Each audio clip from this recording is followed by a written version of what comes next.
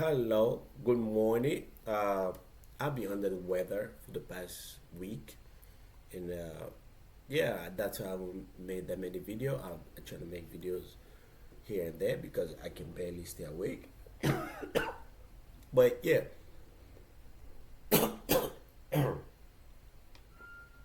before I play some of the video that I want to share or what to show you guys, I first need to say my piece or what I think about what's going on with Zoe Spencer in this space that she and all the content creator occupy. I'm not there yet, so I cannot say I occupy that space. They that for their space. So now this thing with the Soluminati and Zoe, I think sometimes people forget, like we humans, all these things that going on, the attack or the backlash Zoe is receiving. Some of them, it's like it's going too far because it's like, hey, this is a human being. I understand sometimes she's unhinged in what she does, but we need to have some kind of grace. But at the same time, also Zoe need to understand, people like even people in general, you have to understand what battles you can fight and what battles you cannot fight. I understand she's, a streamer, live reaction content, crying online because you didn't get accepted or invited into the stream university. That that is not something that it should be online because you are opening yourself to a lot of things, positive or negative. She thought, hey, these were one of the boys. The boys were like, you're not one of us because you're a girl. We cannot treat you the same way, blah, blah, blah. But yeah, it's kind of sad to see at the same time, but it's also funny to see at the same time. Because, like, in the internet can make you, it can also break you.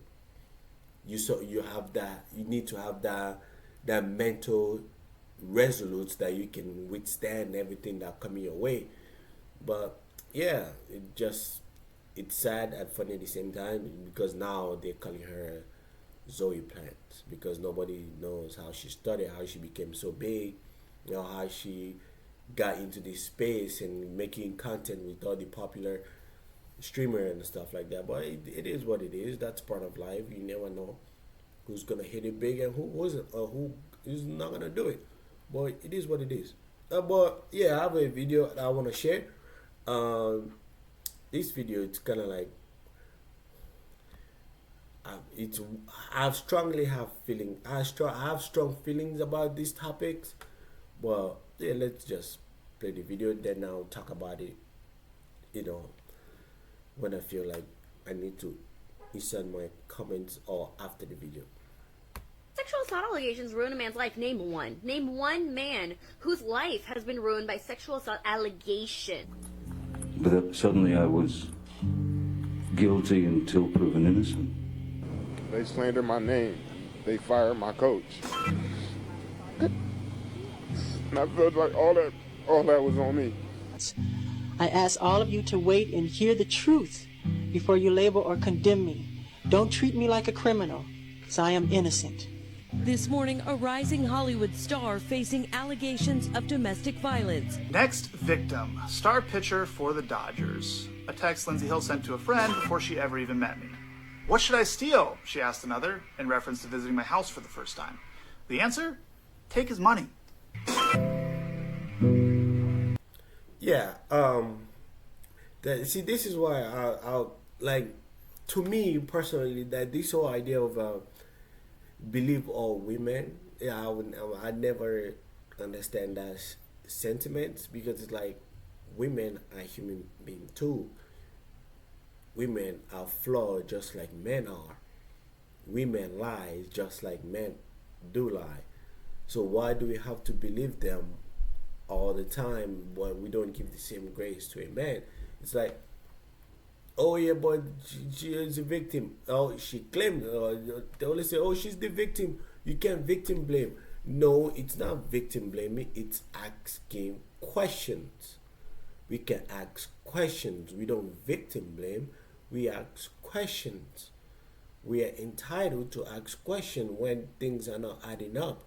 It's not wrong to ask questions. We need to know all the facts. They may be uncomfortable, but we need to know all the facts. It is what it is. I'm still angry about Johnny Depp and Amber Rose until today because we could have seen 2 or even 3 more Pirates of the Caribbean, but she robbed us of that. I'm still mad about that. I'm still pissed about that until today. I don't know how I'm gonna stop being angry about that because I love movies. I love Pirates of the Caribbean. I don't know when I'm gonna stop about being angry about that. I'm probably gonna still ever gonna be angry about that. So it is what it is. But to other athletes, you see on there, it's that's what I always say. Like when you're a man and you're in a position of wealth, and women flock at you and at your beck and call, you need to be able to protect yourself in every situation. You need to be making audios about situations that you are going into. Make an audio recording. Record yourself. You say, hey, there's an audio recording in this room. Not a video, but an audio recording. You make it well known. Right? Audio recording, I don't think audio recording is illegal, but video recording is illegal. But you can record audio in your own space. So you protect yourself. Like, I don't understand how this man like keep, just because women are flocking at you, you think, no, just one of them is just gonna take advantage. And people don't understand why I never surround myself with any kind of girl. Like, if I'm gonna be around girls or a girl invites me at some place, especially late at night, I'm skeptical. I'm like, yo, what is going on? A lot of men need to start using their brain and just thinking with their, private part. We save a lot of people a lot of headache, a lot of trouble. You cannot just be, because I make money and women want to come at me, I'm just going to be careless about it. No, you can't. Especially in the current era we live in, women want to make it big. They don't want to work, but they want to hit the jackpot. They're either going to get pregnant or they're going to accuse you of something in the hope that you can settle instead of making it public. We saw with Shannon Sharp. He's now ESPN right now until the NFL season. But guess what? The case that was supposed to be the blockbuster, the moment he took himself off ESPN, nobody's talking about it anymore. Because she wanted to come up. She wanted money. She wanted to hit it big and just not work. Like, it's sad that what men are going through and what men are going through in this, when it comes to these allegations, because I also had an allegation in college, but the only, lucky powers, her roommates, backed me on it. She supported me on it. She was like, yo, you can. I let her find out what she was trying to do, but it never go any further because her roommates was in the room when we were. But yes, yeah, it's very sad. But next topic, this is very hard topic. This is a hard topic for a lot of reasons, but it's also about this thing that we have to ask questions. When things seems a little bit odd and weird, we have to ask questions. It does not matter if the victim is a man or woman. We need to get all the facts. We need to get all the evidence and, to understand how we can make decisions. I will say this. Another bombshell that came out today. Is the audio playing? Another bombshell that came out today. Oh, I can't hear. Hold on. Let me do this.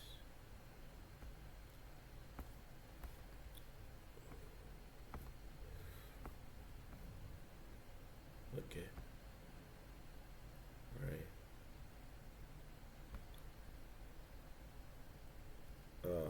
Yeah, I'm trying to fix everything. So when I click the next video, can